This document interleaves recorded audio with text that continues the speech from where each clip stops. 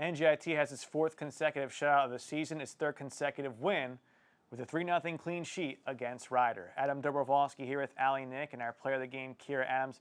Coach, well, last time we talked, 2-0 victory against St. Peter's. You liked the way the team played, but you thought they would need to play better to get a result against Rider. I think that was the case here today, arguably your best performance of the season. Yeah, I agree. It's definitely the first half, I think, was the best performance that we've had all season. We were competing for balls. Our movement was really well. Our timing of our runs, everything that we've worked on and challenged the girls, they definitely stepped up today, so it was awesome to see.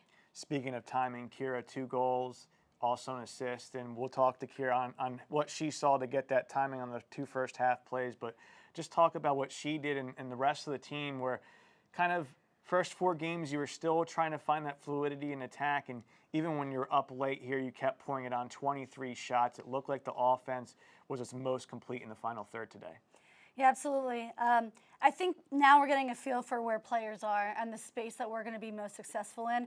The goals, too, also came from us switching the ball. So kudos to our midfield. Obviously, they're a big part of starting our build-up, but then today they finished it, so it was really good to see that, too. And finally, defensively, 365 minutes since your last goal, conceded 14 shots on goal in the first 5 games.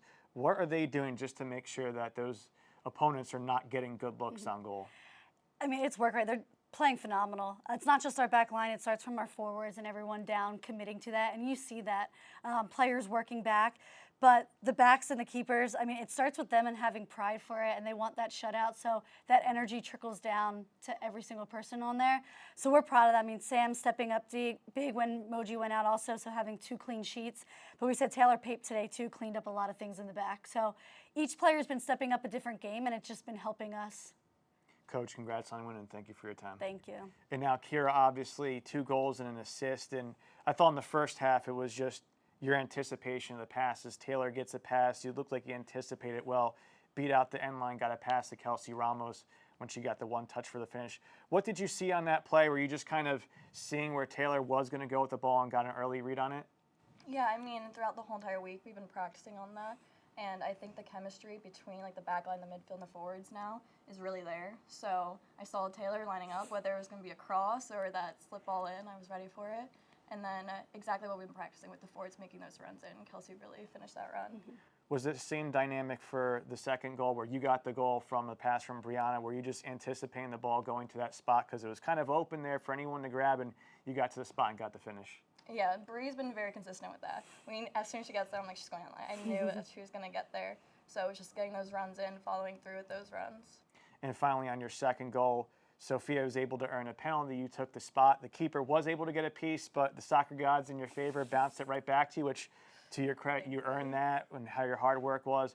What were you kind of thinking in that spot where the ball bounces back to you, or are you just kind of going with just whatever you'd been training for all these years and just yeah, I was going to say that was lucky. That landed right at me. But that was a great save, and also kudos to Sophie for getting that PK. She really worked hard in there. Your thoughts on your second career brace? How does it feel? Feels good. And nice.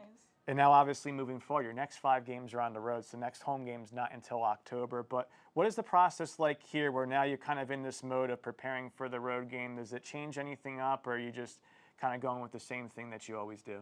I think we're just going to take it 1 game at a time. You know, don't overthink it. Especially with school starting, that's another factor that's going to be coming into play.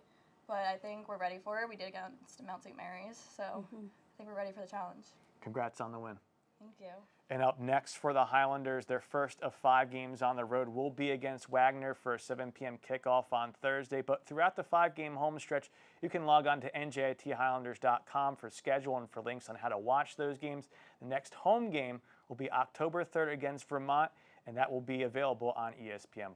Until then, for the Highlander Sports Network, I'm Adam Dobrowolski.